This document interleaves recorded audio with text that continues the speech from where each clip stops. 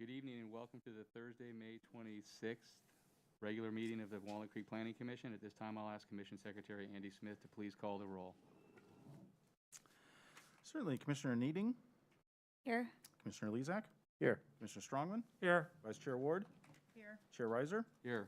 And Commissioners Pickett and Anderson are absent tonight. We do have a quorum of 5. Thanks, Andy. Next up on our agenda is the consent calendars, and seeing no consent calendar, we'll move on to public communication.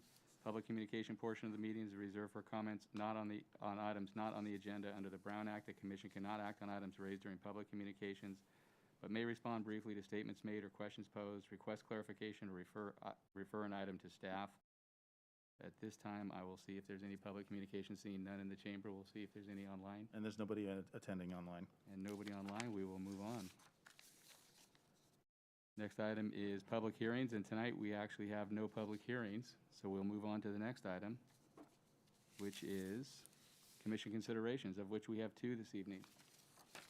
First up, we'll ask City Manager Dan Buckshire for his presentation.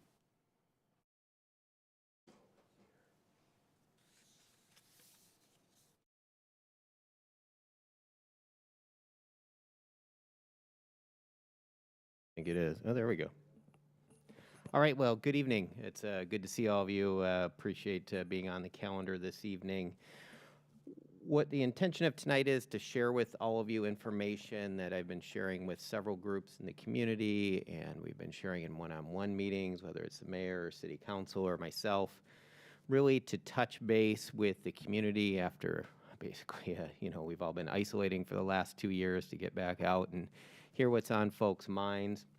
And so tonight is an information session. Obviously, there's no action needed. And part of what I'm going to discuss towards the end is the potential consideration of a sales tax to place on the November ballot that the City Council is contemplating. No decisions have been made. And one thing that I want to clarify that's important, particularly for tonight's meeting, is that in our roles as city officials, city staff, we cannot advocate one way or another in our official capacity for a tax measure. We can only discuss the information.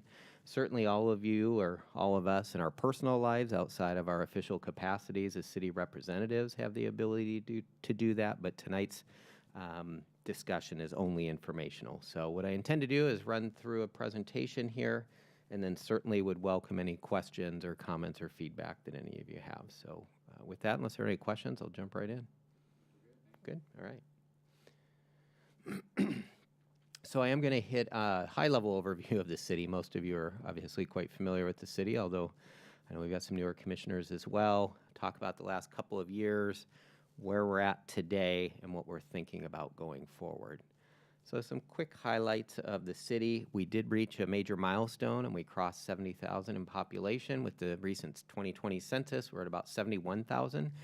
We are awaiting the more detailed census information that's forthcoming here, hopefully soon. I saw an email that said, stay tuned, it's coming, but I don't know the exact date. So we'll have more demographic data to share about how Walnut Creek has changed over the last decade. With that, we are a bit unique, and all of you know this as well or better than I, in that our city map looks like a piece of Swiss cheese, and that we have large pockets of unincorporated area that account for about 20 to 25,000 residents. Really the key difference being, their mailing address is still Walnut Creek, but in practicality, the main difference is that if they call for a law enforcement response, the sheriff's department will show up from the county instead of the police. In a true emergency, whomever's there could get there first would go. And then the streets and infrastructure are maintained by the county as opposed to the city. But otherwise, folks, it looks and feels like being in Walnut Creek. So really, in many regards, we are closer to 90 or 95,000 in population. And then depending what's occurring at any point in time, our population swells upwards to about 200,000 because we are a job center and a regional destination for entertainment. So considerably bigger at times than what the 70,000 may indicate. We are, as I mentioned, a regional destination for jobs in the East Bay, do draw a lot of folks to the area. And one of the things that we hear regularly is that what sets Walnut Creek apart is the high quality of life in terms of the abundance of things to do, the condition of many of our parks and our open space and whatnot. And that's really what we're reaching out to the community to hear about, is what are the aspects that are important to folks to maintain that high quality of life or to even improve it going forward. In terms of city services, obviously we provide the standards that other cities do in terms of law enforcement, emergency preparedness, which is, a very important item to hit on, in that we don't just respond to calls for service with the PD. We are doing a lot of preparation for emergencies, such as fire, floods, earthquakes. And while we do not provide fire service directly, it's provided by the county, we do partner with the county closely for fire prevention. And by way of example, 2 weeks ago, this upcoming Sunday, we held practice drill in the community of Rossmore community for evacuation. About 125 folks evacuated on a Sunday morning. We had an evacuation center. We coordinated not only with the fire department, but with Red Cross, Animal Services for evacuation of animals, and several other agencies, obviously the police department and county emergency services as well. We also maintain our roads and other infrastructure. And then again, one of the things that sets Walnut Creek apart is we do have a lot of parks. They're generally well maintained, a lot of open space. In fact, we have, I think it's the second highest amount of open space per capita of any California city. I don't know who the first spot is. I've long been curious about that. I need to look it up at some point. And then we do have a very vibrant arts community here. In fact, we do not have a Parks and Recreation department. We have an Arts and Recreation department. That's very intentional because of the focus on the arts. The city owns and operates the Leisure Center, which makes for some fun events at times, some challenges the last couple of years, obviously. But it's an indication that a city our size, it's not very common to have a performing arts center on the scale of the Leisure, which is really telling. So let me shift gears and hit on the last couple of years. As we know, it's been a very tough couple of years, and we've actually been dealing with 3 emergencies, dealing with COVID, the events of the summer of 2020, which I'll speak to, and then the economic impacts and the fiscal impact of the city related to COVID and the implications. So in terms of the pandemic, we were like every other organization in that when the health orders came out, we had to shut down. We actually issued our first proclamation of a local emergency on May 15th of 2020. It still remains in place in that we are following the lead of the state and county health officers, and the emergency orders in place are as well. With the exception of our police and some of our public works employees that maintain our infrastructure that are critical to keeping society functioning, everybody else had to work from home and did so for 15 months, which meant we had to transition all of our services online, which is a big change. We were not offering many of our services online prior to that point. And so I'm really proud of the efforts of staff to do that. It was a big lift in order to get that up and running in short order, and it generally worked. Certainly there are some things that we would do differently looking back, and we're taking some time to reflect on what would we change going forward, given that we're going to continue to offer these digital services into the future. So that was a big change. In June of 2021, we did get the green light from the state, and looking at our own facilities and services, we did reopen to the public most of our facilities. Some of our arts and recreation programs were still not allowed to be offered to the public because of health orders, and that included the Leisure Center that did not open until September or October of this past year. So one of the things we saw, and this is notable particularly for our community development department and our engineering services, is the nature in which folks would like to receive their service changed. So prior to COVID, we used to average, give or take, about 50 visitors to City Hall a day, most of whom were going to development services for a permit or plan review. We're now seeing maybe 10 to 15 people in City Hall a day, and it's not that the volume of work has reduced, it's that people are continuing to seek many of those services online. So we're trying to not take it personally, that they don't want to come see us, anything we did wrong. I think it's just a convenience factor that much like going to the DMV, if you can renew your driver's license online, why would you go through the hassle of having to go there throughout the day? But what it means, though, is we're really rethinking how to best serve our customers between that mix of having something in person for folks who want that service, and some that are better provided in person, and having the convenience of online. Probably the most notable change that people saw was all the outdoor dining. And I think if there was a silver lining of COVID, it's that we will have more outdoor dining into the future. We've heard loud and clear that people like it, want it to stay. So we're transitioning. What we did, obviously, restaurants were hit very, very hard during the pandemic, not having been allowed to even serve anybody indoors, and then it was very limited with outdoor for a while. And it may seem on the surface as pretty easy to just put some tables and chairs out in the street and allow that to happen, but there's a lot more that went on behind the scenes to ensure that it was done safely in terms of interactions with vehicles, met county health codes, met food service safety requirements, and that there was some equity in terms of where they were located, so one business was not impeding upon another. And then there was some enforcement that was required as well, and obviously ensuring that the structures, some of which went up, were safe.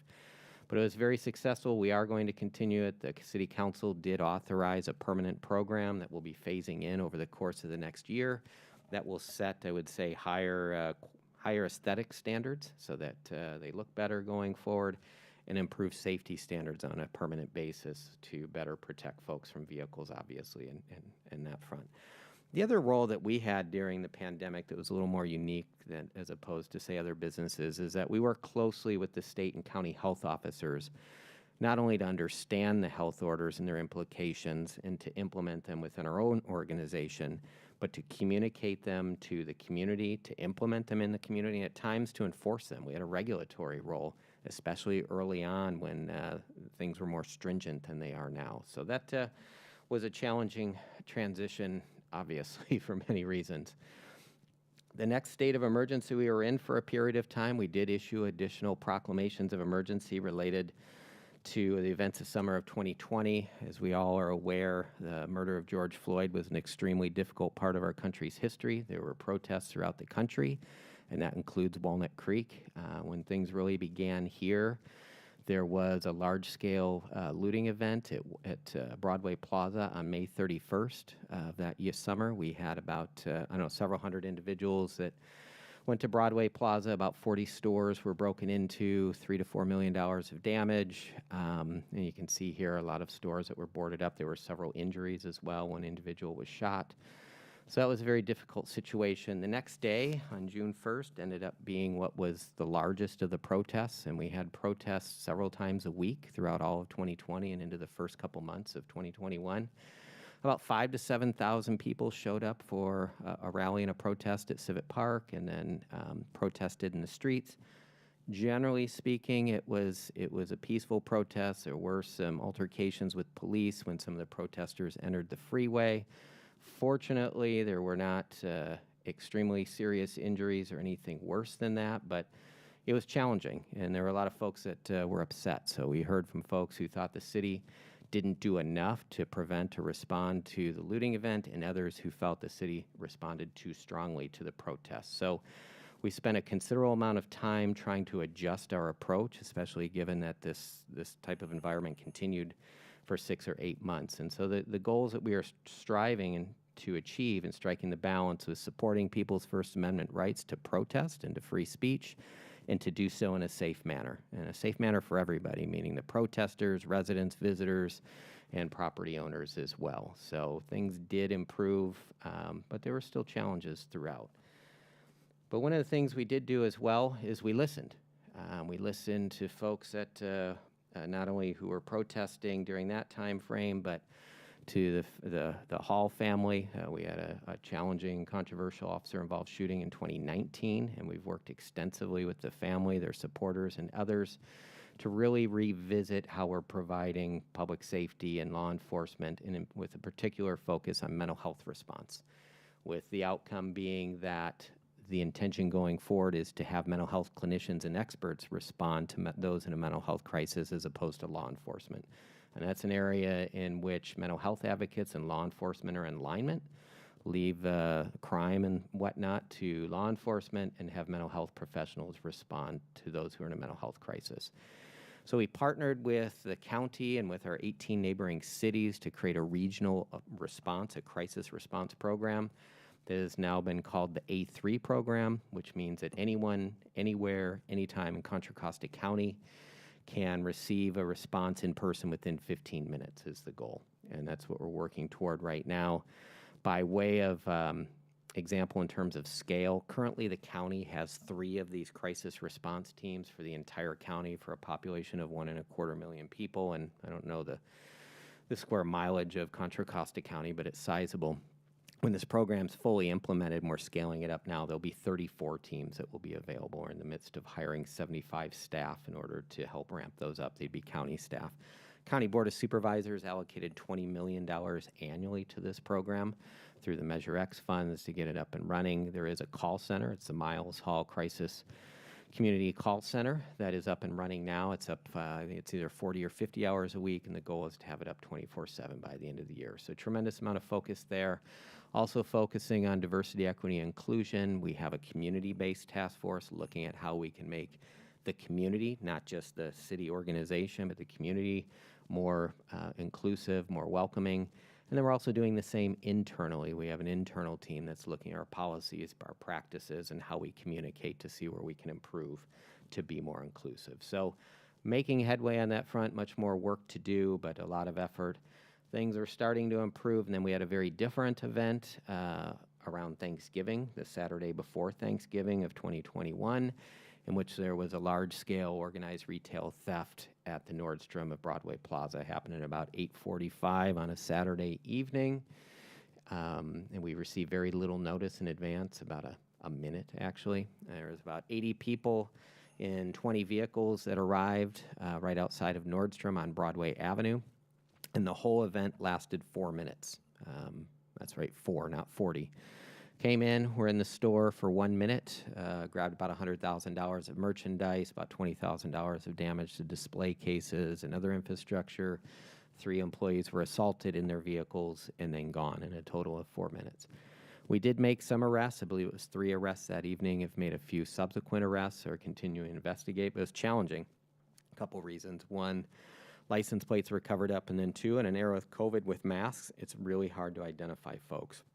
So we heard from the community loud and clear there was a lot of concern about whether it's safe to be in Walnut Creek after that type of event. Now, we weren't the only city. There were 4 or 5 others in the Bay Area that were targeted that weekend as well, and this generated an incredible amount of media attention, not only regionally, but nationally and actually internationally. We had media contact us from Paris, from London, and even as far away as New Zealand. For whatever reason, this story went viral for whatever reason. So dealt with a lot of media inquiries in public, but more importantly, we were concerned about safety, want folks to be safe, to feel safe. And then we were concerned about the impact to business. You know, a lot of local businesses were struggling at that time, 1.5 years effectively of dealing with COVID and reduced sales, reduced visitors. And the shopping season is when many retailers generate about half of their revenues, half of their profits. So we wanted to make a welcoming and safe environment for folks. So the city council, the mayor and council took swift action. I'll give them a tremendous amount of credit. We held a special city council meeting about a week later. We invited others who are involved in the criminal justice system, the district attorney, the sheriff to participate. And ultimately, what the council did was allocate funds for immediate and mandatory overtime with the police to help provide additional patrol in the area. Authorized an additional police beat in which 5 officers were added. They're in the midst of going through the hiring process, so we'll have additional patrol downtown, and then authorized funds for new security cameras and drones so we can better monitor situations and have some follow-up. And hopefully they'll serve as a deterrent to folks if they know they are available as well. So time will tell. We also closed, I should add, the Broadway Avenue road that runs through Broadway Plaza, and that remains closed today on an emergency basis. We're looking at what to do longer term with that road, whether to reopen it fully, partially, or keep it fully closed in the long run. Generally speaking, you know, whether it was this or other factors, it seems to have worked for now. A lot of folks were out and about downtown and in that area of the city during the holidays. And in fact, a few of the stores, Nordstrom in particular, had one of its stronger sales seasons during the holiday season, which was good to see. And it was just good to see people were out and about. So moving forward to where we are today, those were, you know, a summary of the 2 major emergencies. The other will be the fiscal impact I'll come back to in a minute. But we are in a much better place. Obviously, we're in a better place. COVID, even it doesn't quite feel it at the moment, masking up and dealing with a current wave, but the reality is the impacts have been less. We know more. Obviously, there have been breakthroughs in science and healthcare on this front. But the economy is improving. I don't think anybody would have thought in the first year or so of COVID, we'd be facing one of the most severe labor shortages in the country's history, or at least in the last 50 years. Downtown is much more active. It had been slow during the daytime for lunch, but even that's starting to pick up. And then, you know, sadly, there were a lot of businesses that went under. But the good news is that there's a lot of new business coming in. And in fact, our retail vacancy rate downtown is back to what it was pre-COVID. And there are not a lot of cities where that's the case. That's a big milestone. Still have a lot of work to do to get that vacancy rate down to something that would be, because there were some challenges even pre-COVID, but the fact that it's back down and new businesses here is great news. And then I mentioned some of the changes to our approaches to social wellness and public safety. So as I mentioned, we've been very reactive the last couple of years working through all of this. And what we're really trying to do is shift our focus to the present and plan for the future. So of course, we're always focused on our city council's priorities. We obviously have many other than this, given that we're a fairly large organization with a lot of operations. But ultimately, the council sets the highest level goals for the city. These were set about a year ago. They're set in 2-year cycles to align with the budget cycle. So we have about another year before they'll be revisited and updated if the council wants to go that way. These are in alphabetical order. They're all of equal weight. As you can see, diversity, equity, inclusion is a priority. Not surprisingly, economic development, COVID recovery as well, given our regional significance on an economic front, and that we want to do so in a way that's safe from a public health perspective. Environmental sustainability, we've long been a leader in this category, and we would like to continue to be a leader into the future. One of the things that flew under the radar, it was in 2020, we actually met the targets per our prior climate action plan, and normally that would have been heavily celebrated, but everything else going on, it kind of went unseen. So what we're doing now is we're in the midst of creating a new climate action and sustainability plan that will guide our actions for the next decade going forward. So we're in the midst of doing some outreach at the moment and are planning for an update at the City Council in August, at the August meeting. Infrastructure and facilities has been a priority for several years, reason being it takes a long time to identify funding, create designs, and actually get things constructed. And I'll speak to this in more detail, and then I reference some of the focal points related to public safety and social wellness already. So in terms of finances, let me talk through the third emergency, and I'll give you some foundational information first before I jump into the impact. So the good news is that the city has a long history of being fiscally conservative and fiscally responsible. So we were starting from a strong foundation that helped us weather the storm better than we would have been able to do otherwise. So in terms of context, round figures, obviously we've got about $125 million total operating budget, of which $90 million is the general fund. And the general fund is defined exactly as it sounds, that we can generally spend that on anything that the city does. The other $35 million is restricted in use and can only be spent on certain programs, certain services, or facilities. Probably the best example is the Boundary Oak Golf Course. The way that's structured is if you go play a round of, the city owns and operates the Boundary Oak Golf Course, you go play a round of golf there, the greens fees that are collected have to be spent at the golf course. We cannot spend those on roads or at the leisure center or for anything else. So we have about $35 million that's restricted in a similar nature for various types of activities. And then while it varies significantly, depending on whether or not we have a large project in the works, on average about 10% of the budget is allocated to capital on an annual basis.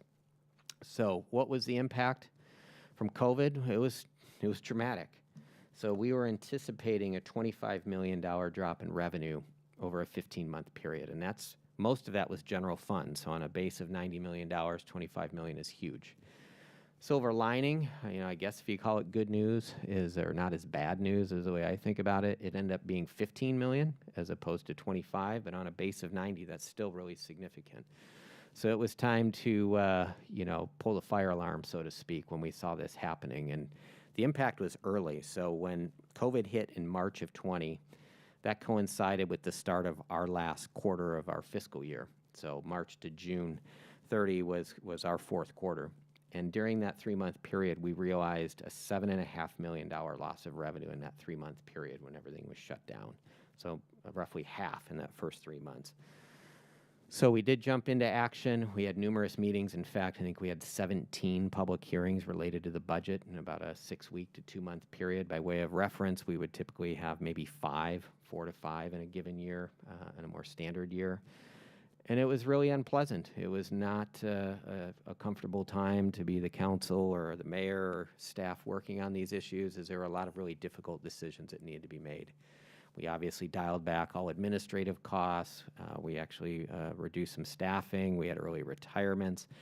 We had many of our arts and recreation staff, particularly those at the leisure center, that were furloughed for well over a year because we literally were not legally allowed to offer those programs because of the health restrictions. And then we made other cuts to programs and services. So We did maintain a balanced budget. I think while it was unpleasant, they were necessary and put us in a better position than we would have been otherwise. We also did benefit from the federal stimulus funding, and we did apply $4 million to the budget to help prevent additional cuts or further reductions. We had planned, you can see it says no use of reserves, we had planned to use several $1 million of our rainy day funds. When the revenues came in stronger than what was projected, we ended up backing out and not having to use those to the extent that we thought.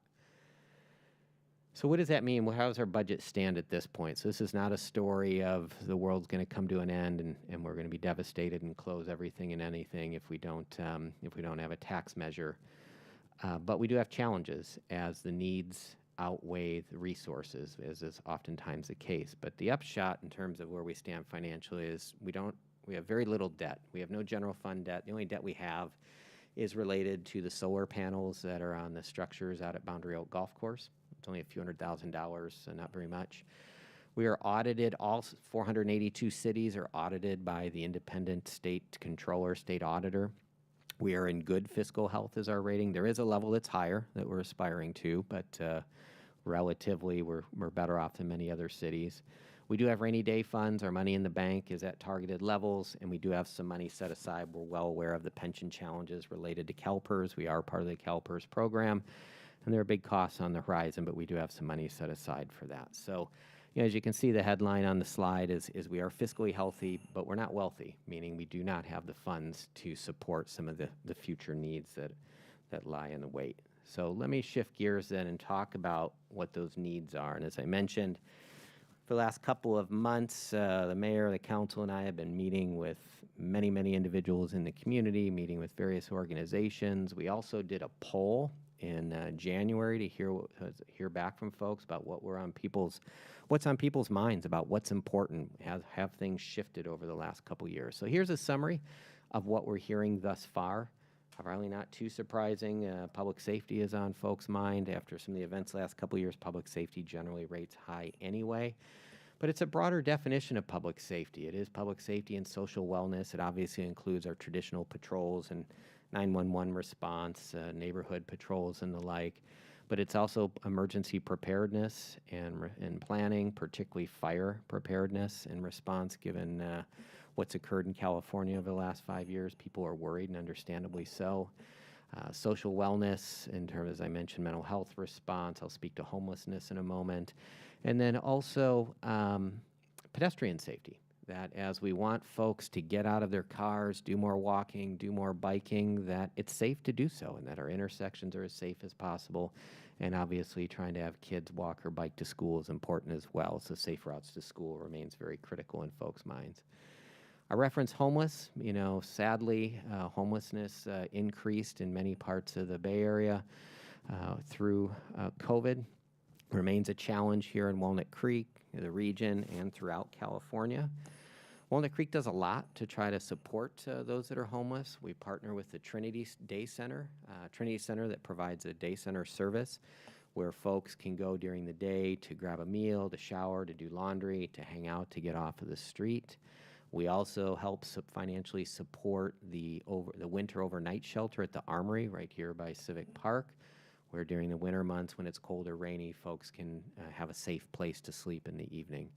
We also partner with the county and have 2 dedicated social workers that work in Walnut Creek to make contact and build rapport with those that are homeless, especially those that are chronically homeless, to try to build some trust. Many are resistant to government support or intervention, with the goal of getting them into housing and to ultimately, ideally, become self-supportive. And so that effort's been underway, and actually during COVID, we used some federal stimulus funds to increase the amount of hours that folks are working in Walnut Creek, and we're seeing some benefits from that. And then lastly, one of the other things we do support many other programs at a smaller scale that help support homeless individuals, but we also have our homeless outreach program in our police department known as HOP, in which we have 2 officers dedicated to homeless. They partner very closely with the social workers to try to build a rapport with those that are chronically homeless, to get them into supportive services, and then also to hold them accountable if any laws are being broken, so they have a dual role in that regard. We're hearing that programs for seniors and youth are important. Obviously, we provide services to people of all ages, but we are older than average here in Walnut Creek. We do have the Rossmore community, which is 10,000 residents, so 1 of every 7 Walnut Creek residents lives in Rossmore. But even if we adjust for Rossmore, we're older than the California and area average. So we have a lot of seniors that use a lot of the programs that we offer. And we also partner with our schools to offer many youth programs. A lot of the after-school programs that children utilize are actually run by the city in partnership with the schools, not run directly by the schools. And as you know, in addition, what we're doing right now is we're in the midst of hiring a couple hundred seasonal employees to help run our summer camps. And we have hundreds and hundreds of kids from not only Walnut Creek but surrounding communities that use a lot of our day camps during the summer. They're really well run and heavily used. Again, probably not too surprising, supporting our local businesses and our business community, and also doing what we can to ensure a COVID-safe environment is resonating with folks, and I would imagine it will for quite some time. And then lastly, I referenced this earlier, infrastructure and facilities. The good news is that most of our facilities are in good enough shape to where they can be maintained for a while, but we do have a handful that are at the end of their useful life and are in need of replacement. Most notable is the pool, the swim center, and the community center out at Heather Farm Park. That has been prioritized as the highest need for replacement. It's turning 50 this year. It was built in 1972, and basically it's been loved to death. It's worn out and needs to be replaced. The pool just broke down again this week. It broke down last week. We spent a lot of money and time trying to maintain it, and eventually it'll become inoperable. It's just a matter of when. To give you a sense of scale and what I was talking about in terms of needs outpacing resources, just for this facility is roughly $50 to $60 million to replace the pool, the bathhouse, and the community center, which is significant. We don't have that type of money in the bank, hence the consideration for additional funding. And that would obviously be in addition to many of the other programs and services that I just referenced a few moments ago. So, as a result of all of that, the City Council is contemplating putting a half-cent sales tax on the ballot for the November election. And to clarify something that's important, in California, local governments do not have the ability to impose a tax on anyone. What the consideration is whether or not the council would ask the voters whether or not they want to tax themselves for these programs and services and facilities. No decisions have been made. We're effectively going on a listening tour so that we can hear what's on folks' minds, what would be important if there were to be a tax measure, and whether or not it's even anything we should consider. So the council has to make the decision by early August whether or not to put it on the ballot. And we're tentatively targeting the city council meeting in July for them to make that decision. So let me share a little bit more about what this means, and then I'll wrap up here in just a couple moments. So currently, the sales tax in Walnut Creek is 8.75%, which is the regional minimum. And of that 8.75%, the city receives 1%. The other 7.75% goes to the state or goes to other regional entities such as BART or the county, as a couple of examples, and there's a few others as well. It is, as I mentioned, the lowest rate in the region, and something we've looked into and considered is, well, if Walnut Creek did raise the tax rate on this, might folks be inclined to shop elsewhere where the rate is lower? Seems unlikely, given that even if we did have a half-cent, we would be on par with Pleasant Hill and would still be lower than Concord, Martinez, and Orinda, and many of our other nearby cities. And there are some that are over 10%, so we would still be considerably lower. Also likely contemplating a 10-year sunset if we were to move forward. Thought being is that in 10 years we could accomplish a lot, and if we accomplish everything that is thought to be needed, let it sunset. If there's more work to do, there could be a discussion at that point in time about whether or not to pursue an extension. You can see here it generates about 11 to 13 million annually. It is a little more difficult at this point in time to estimate than usual because spending patterns are still erratic as a result of COVID and where people can spend their money, supply chain constraints and like. You can see here on the slide the impact to the average family is $10 a month. And then another notable consideration for why a sales tax as opposed to, say, a parcel tax or a general obligation bond that would impact only residents or property owners is that half of the sales tax revenue is generated by those who visit Walnut Creek. And there was thought there would be greater parity in terms of the impact, meaning that we have a lot of folks who visit Walnut Creek, drive on our streets, use our parks, attend our programs, hike in our open space, require the need in some cases for additional police response. And so the thought is if they're going to benefit and utilize those services, they should help pay for them as well, as opposed to just having city residents pay for them.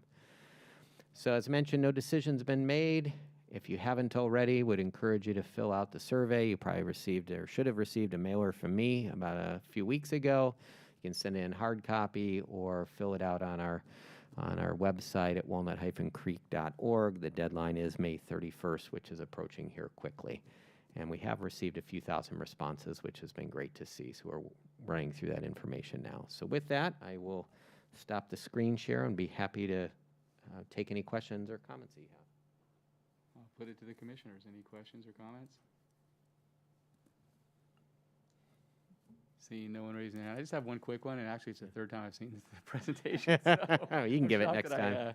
I came up with this question now. In terms of the sunset, how would that work?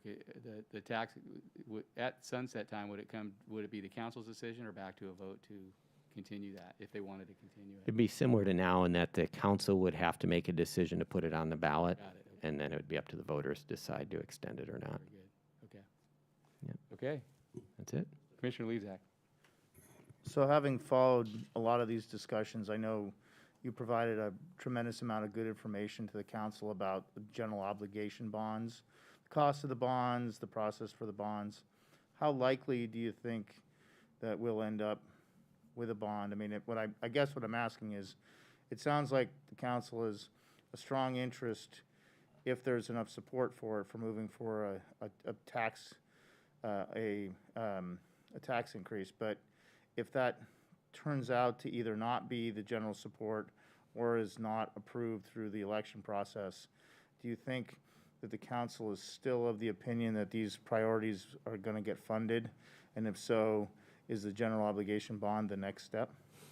Well, a general obligation bond would still require putting it on the ballot and would still require authorization by the voters. So it's just a different mechanism in order to do that. And it would be paid for by property owners. So, so put differently, to answer the other part of your question, if the tax measure were not pursued or was pursued and not approved by the voters, it's hard to say what would happen. I would think best case is things continue as they are, meaning we might be able to continue with the existing programs and service.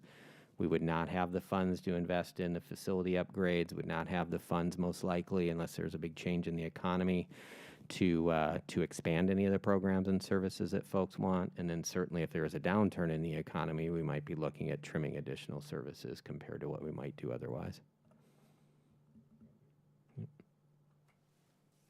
Anybody else? Going once, going twice? Dan, thank you very much. All right, thank you. Appreciate your Getting time. better. Yeah, it was 2 in 1 day for you, wasn't it? Exactly. Yeah. Thank you so much. So moving on, our second commission consideration this evening is the Planning Commission meeting start time. It's a consideration of a request to the City Council to change the regular start time for the Planning Commission meetings. And I'll just kick it off before I turn it over to Andy by kind of giving some background on how this even came about. 2 meetings ago, just kind of on a whim, I leaned over and asked Andy, what would it take to, have we ever considered aligning our start times with the other commissions and the City Council? And he said, and I said, can I just bring it up here? And he said it's best to kind of bring it up under commission considerations as an item. Last meeting, it was pushed to this meeting, so here we are right now. So this is the first time we're somewhat openly talking about it, and I'll kick it over to Andy to take it from there. Legally, openly talking about it, actually, I would say, under Brown Act. So, as you all know, I'm Andrew Smith, Senior Planner Secretary to the Planning Commission, and very brief, I don't have like a presentation per se, but I did prepare a memo, did a little bit of research on this, and as was mentioned in the memo, the date and time of Planning Commission meetings is relatively unregulated, both at the state and local level. It's essentially at the discretion of the City Council. The dates and times for all commissions are established in their commission rules and procedures, which is policy 102, and so it changed to the time, as is going to be discussed tonight, would take a City Council action. So if the commission is interested in seeking that change, it would we'd be looking for a recommendation or a request to the council. We would then take it to them. I would say that the overarching thing to keep in mind when looking at setting a time is what's important is to maintain the easiest level of public access to the commission for the greatest number of members of the public as possible. Obviously, everybody has different schedules, and so it's not, it's not going to be possible to pick a time that somehow magically everybody would be able to come down here and speak if they so wished. And fortunately, through the addition of Zoom technology, well, not Zoom technology, but use of Zoom, there's, I would say, much greater public access and convenience just inherent in that measure. As far as meeting times go, the Design Review Commission and the Planning Commission both meet at 7 o'clock. The other commissions meet at 6. The most recent change, I think it may have just been to the Transportation Commission, but that was in 2011, if I recall correctly, when their start time was moved from 7 o'clock to 6 o'clock. I looked through the record to see what kind of discussion was had by the City Council at that time, and the discussion that was had was actually at a special off-site meeting where there was no recording equipment apparently, and so the minutes don't go into that great of detail. So as I've noted in the report, or in the memo, I should say, the written record doesn't provide any specific clues as to that, but the change was made in that case. I do want to also mention that Commissioner Pickett, who was unable to attend today, did provide an email that he asked me to share with the commission. In effect, that is as a private citizen, because of course he's not here, and that's been distributed. It's been posted on the website. And speaking to some of his thoughts. And then additionally, shortly before the meeting, I received an email from Commissioner Anderson. He didn't ask me to distribute it to the Planning Commission. It was just written to me, but I will share it. And again, this is just essentially as a public comment from a member of the public. He says that he does not have any strong feelings on the possible change of time. He says he's fine with 7 o'clock, and 6 o'clock would work for him as well. That he doesn't have any critical time constraints on Thursday. Whatever works for the rest of the commission works for, he says, me, him. And from staff's perspective, I know when this was requested to be placed on the agenda, the time of 6 o'clock was kind of floated around. Staff, we really are agnostic, I would say, as to the two times. So would leave that up to the commission. If you were looking at establishing a start time outside of the 6 to 7 o'clock window, I think at that point we might have some staff concern, but with that, I'll leave it to the commission to discuss. I'm just going to give some, if you don't mind, I'm going to kick it off because I did just a little bit of research in terms of meeting times and things like that. So there's just in terms of how long these meetings last historically. Pre-pandemic in 2019, we had 18 meetings that lasted 2 hours each. The longest being, everybody here remembers the infamous 1:45 a.m. departure on the 6 hour and 44 minute meeting. So 18 meetings with that being the longest, 2 hours an average length. 2020, right before the pandemic, as the pandemic hit, hour and 46 minutes, with the longest time being 3 hours and 30 minutes, the longest meeting, and 16 meetings total. The next year completely tanked in terms of the number of meetings, nine last year, with a 1 hour average in terms of what the time. I'm saying this in consideration of how long it's taken us, how long we've been here, because we've been on this downward trajectory the last 2 years in terms of how long we've been actually spending time here. And then this year we've already had, this is the 9th meeting. We had 9 all last year, so we're not even halfway through the year, and we're 9 meetings into this year. So it's ramping back up with the average time being 1 hour and 23 minutes. So we're kind of hit the bottom and coming back up in terms of sheer volume. And then I also just want to say for everybody's consideration in terms of who the stakeholders or the categories of people are that we're considering, it's not just the people behind the dais in terms of what's convenient for us and if we have our things to do, et cetera. It's the applicant, the staff, the commissioners, and above all, the public. And I know that's what I'm not preaching. I know we all think that way in terms of what's best as we make this decision, what's best for the public. So with that, I'll turn it over for open comments or. I had a question for Andy. So, Commissioner Pickett, who's not here, who made his comment as a member of the public through his email, made it clear that his position was that, and to follow up on your comment, that what we really should be considering is what is best for the public, how do we get the most public participation? And so my question is, I know you've worked with multiple commissions over the last few years.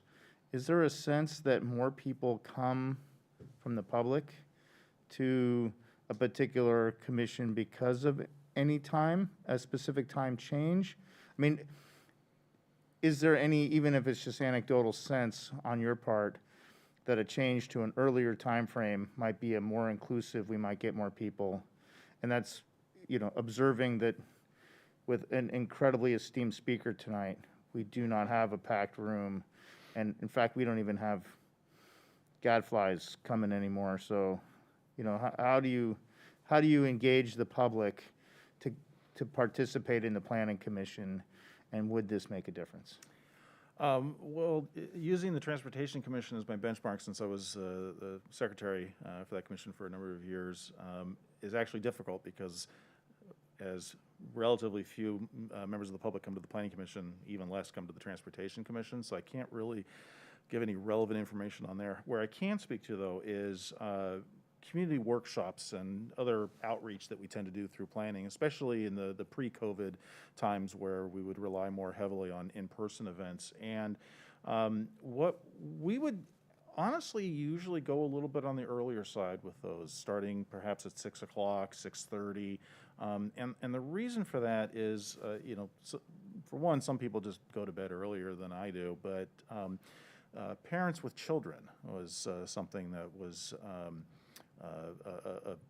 of interest there, where if they aren't able to get a babysitter, or basically if they have to bring the children with them, children tend to have earlier bedtimes, and so that was actually a very intentional decision in the case of some of the community workshops that I'm thinking back to. And I would say anecdotally, people tend to like a little bit of an earlier start time. The balance is, of course, that folks who are still working kind of a traditional 8 to 5, and if they're actually commuting in from outside of the city, or the other way around, if they're commuting from, if they live here and they're commuting in, that can sometimes be a constraint. So it's a balance, really. I would add that, as I mentioned, that Zoom is now an option that we didn't used to have.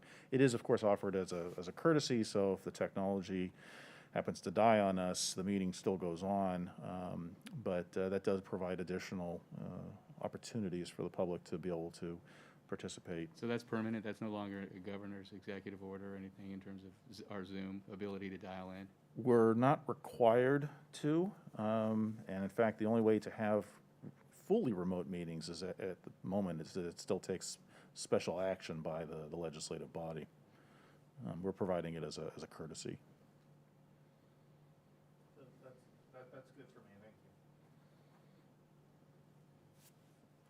you. Yes, Commissioner. I know we're not supposed to talk about our needs, but some of us have, I am concerned about our community, but my workday doesn't end until 5 o'clock. So I'm killing myself if I had to get there to 6. I know I was on Transportation Commission, but at that time, I rearranged my work schedule at the time. We're actually wanting to change that around again. So there's a concern is what happens if I'm late to the meeting? I guess it's a question for Andy. Really, it's the only legal issue there is just whether or not we have a quorum.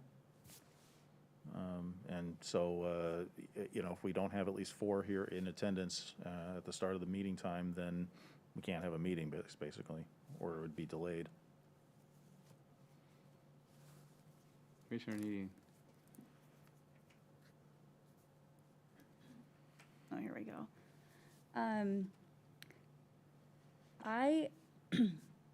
Similar to what Dan Buckshire was saying about the young people out there and, the fact that 1 in 7, et cetera. the first thing that kind of goes through my mind is I would really love if we could have more participation from younger families. I have a 1-year-old and a 3-year-old, which you guys already know. And in these houses with young families, 6 o'clock is chaos. Because their bedtimes are 7. And so, you know, and all my mommy friends and we tried to stick to that like 7 p.m. bedtime. So I wonder if maybe a 6:30 would allow, I know for me, my babies are usually bathed by 6:30, and then it's that like, you know, most of my mommy friends and I would try to do that bath time by 6:30. So in that last 30 minutes, you're just like at home, you know, exhausted. I can't even talk because I'm a tired mom.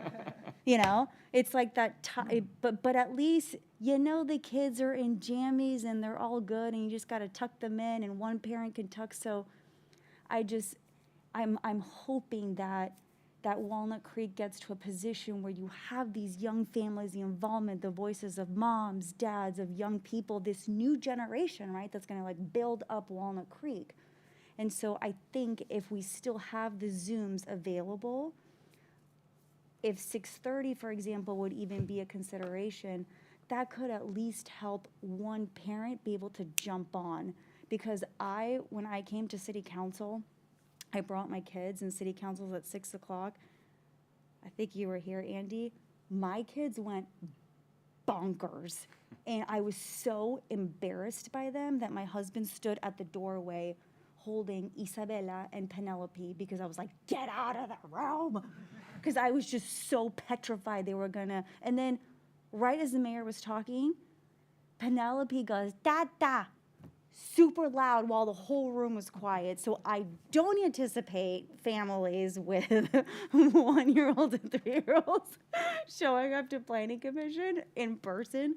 But I would really hope that they would at least join on Zoom, get their voice heard.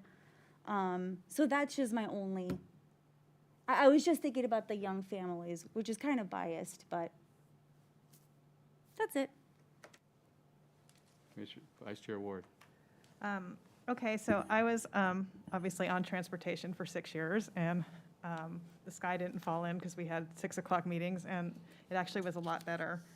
I think that evening meetings in general are based on the presumption that people have 9-to-5 jobs and that commissioners are office workers who come to do their public service after that happens and are typically men who don't have primary family obligations. And I think that model is no longer valid for our families and our communities right now. So it's really hard to make a big shift in terms of when the best time is to meet, when people's work schedules are no longer as consistent, or when we now acknowledge people that have different work schedules than that. So I don't think shifting from evening is on the table at all. So, you know, that's probably a discussion for another day, whether another time would be better just overall. But I will say that people get up early for work and for other things around here. And even now when more people are working remotely, that's still happening. And I don't think our best work is done late at night. And I think that when we have meetings that go 9, 10, 11 o'clock at night, we're functionally precluding anybody in the public from participating. Although I agree that Zoom has been an incredible tool for us to enhance participation and to let people both watch and participate in our meetings. And I'm so hopeful that we can continue to do that indefinitely. I think we should think about things like having childcare at our meetings so that people can attend if they have. I know I brought that up before. It just disappears and goes out there. We never do anything about it. But you know, I don't. Probably for an evening, it's not realistic. But maybe for other times when we have meetings, we can think about that. I just think that when our meetings go late, we are functionally not serving our community to have our deliberations go that long. And I think we don't do our best work. I think we're not sharp. I think it's very hard on staff to be up so late. And than have to show up the next day to do what they're doing. So I would be in favor of shifting it. I don't think it's a big shift. It's not necessarily as convenient for me because I do work long hours typically, but I think it's something that, we've decided as a commission that this is the public service we're going to do, and so we have scheduled accordingly, and I don't, so I would be in favor of moving it. Thanks. And I'll make one more quick comment, just wrapping it. The OCD, Steve, coming out saying that, looking at all the other meetings, we're really potentially the only, as I understand it, this is simply hearsay, but that the design review is also considering going from 7 to 6, that every city meeting except ours, except R2 right now, so the other three other committees and the city council all meet at 6, and we're the only 2 that meet at 7, and now DRC may be going to 6 as well. I just want to put that for everybody's consideration, and just to kind of set your clock by any city meeting starting at 6, I believe, provides a bit of consistency too that's not there today. So with that, So if the commission wishes to make a request to the city council to change the time, I would ask for a motion and a second, and I'll take a vote. We don't need to have a resolution, but we would need to have an action by this commission. does anyone want to oppose a motion? I'd like to make a motion to request that we change our planning commission time from 7 to 6 p.m. No one's jumping to their button, I'll second.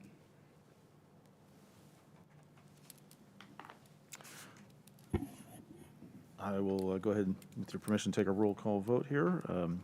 Commissioner Needing, Yes. Commissioner Lezak, No. Commissioner Strongman, No. Vice Chair Ward, Yes. and Chair Reiser. Yes. So that passes on a 3-2 vote. And we will forward the request to the city council, and I'll certainly, of course, let you know when that is agendized. Thanks, Andy. With that, we will move on to, after commission considerations, commission member or staff reports. Any announcements or reports from staff or the commission? And that's it then. Onward and upward to adjournment at 7:57, under an hour. Who had the under? Good job. Thanks, everybody.